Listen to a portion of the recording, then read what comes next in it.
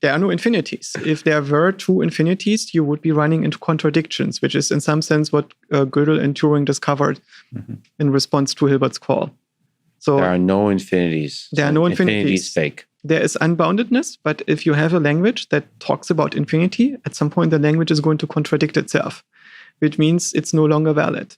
In order to deal with infinities in mathematics, you have to postulate their existence initially. You cannot construct the infinities. And that's an issue, right? You cannot build up an infinity from zero. But in practice, you never do this, right? When you perform calculations, you only look at the dynamics of too many parts to count.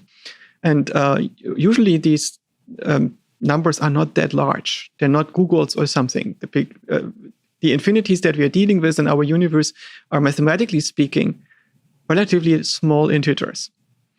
And still, what we're looking at is dynamics where a trillion things behave similar to 100 trillion things, or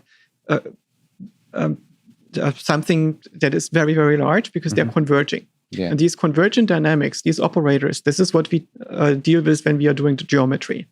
Right? Geometry is stuff where we can pretend that it's continuous, because if we subdivide the space sufficiently fine-grained, these things approach a certain dynamic. And this approached dynamic, that is what we mean by it. But I don't think that infinity would work, so to speak, that you would know the last digit of pi and that you have a physical process that rests on knowing the last digit of pi. Yeah, that could be just a peculiar quirk of human cognition that we like discrete. Discrete makes sense to us. Infinity doesn't. So in terms of our intuitions. No, the issue is that everything that we think about needs to be expressed in some kind of mental language. Not necessarily a natural language, but some kind of mathematical language that your neurons can speak, that refers to something in the world. And what we have discovered is that we cannot construct a notion of infinity without running into contradictions, which means that such a language is no longer valid.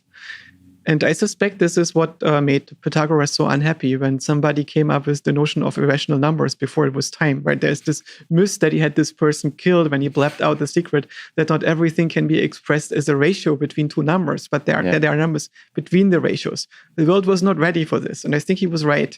That has confused mathematicians very seriously, because these numbers are not values, they are functions.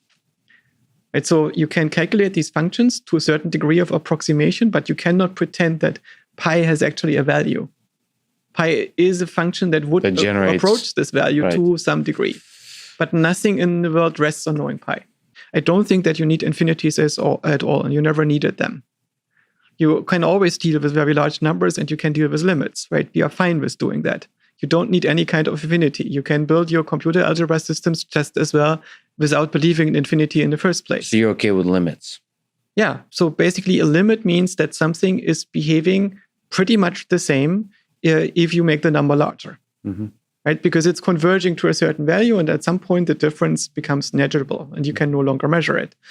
And in this sense, you have things that if you have an n-gon which has enough corners, then it's going to behave like a circle at some point, right? And it's only going to be in some kind of esoteric thing that cannot exist in a physical universe that you would be talking about this perfect circle. And now it turns out that it also wouldn't work in mathematics, because you cannot construct mathematics that has infinite resolution without running into contradictions. So that is itself not that important, because we never did that, right? It's just a thing that some people thought we could. And this leads to confusion. So, for instance, Roger Penrose uses this as an argument to say that there are certain things that mathematicians can do, dealing with infinities, and by extension, our mind can do, that computers cannot do. So he is basically pointing at the fact that there are things that are possible in the mathematical mind and in pure mathematics that are not possible in machines that can be constructed in the physical universe. And because he's an honest guy, he thinks this means that present physics cannot explain operations that happen in our mind. Is the human mind fundamentally more capable as a thinking machine than a universal Turing machine? No. But so he's suggesting that, right? So our mind is actually less than a Turing machine. There can be no Turing machine because it's defined as having an infinite tape. And we always only have a finite tape. But Our he's saying minds it's can only better. perform finitely many operations. Yes, he thinks so. It can do the kind of computation that the Turing machine cannot. And that's because he thinks that our minds can do operations that have infinite resolution in some sense. And I don't think that's the case. Our minds are just able to discover these limit operators over too many parts to count.